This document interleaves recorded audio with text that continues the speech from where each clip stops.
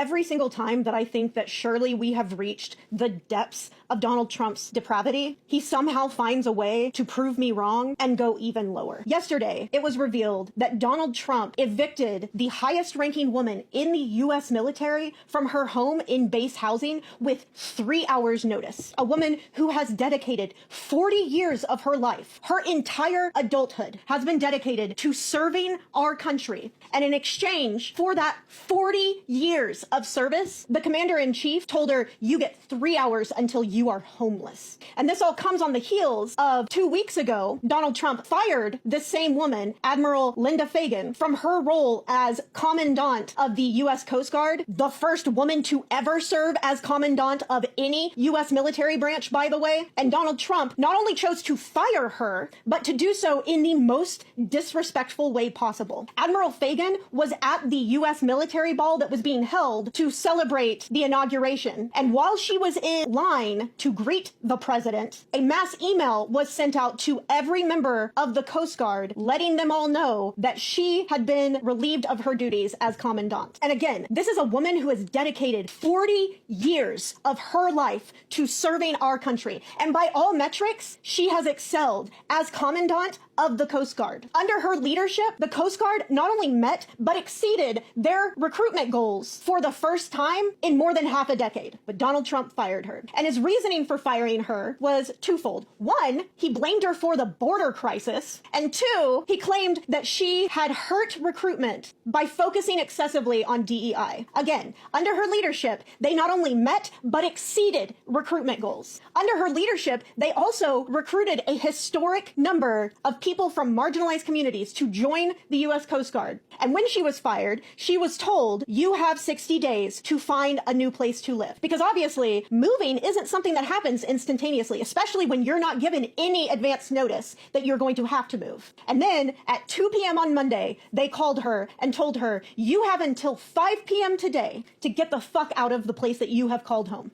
And oh, by the way, make sure you leave the home unlocked because we're sending someone over to walk through the home and take pictures. Luckily, Admiral Fagan said absolutely not, because clearly, given the fact that she was only given 3 hours notice, all of her possessions were still going to be in the home. Why in the world would she allow someone from the Trump administration to come over and rifle through all of her possessions and take pictures of them? Because God knows what Donald Trump would do with those pictures. At this point, I don't think it's outside of the realm of possibility that they would leak those photos to the public just to embarrass her, just to be petty and small. The stress of moving is something that unfortunately goes hand in hand with being in the U.S. military or being in a military family. And now, because of Donald Trump's petty actions, every military family has to live with the knowledge that at any moment, the President of the United States, the Commander-in-Chief, could have them evicted for no other reason than because I said so.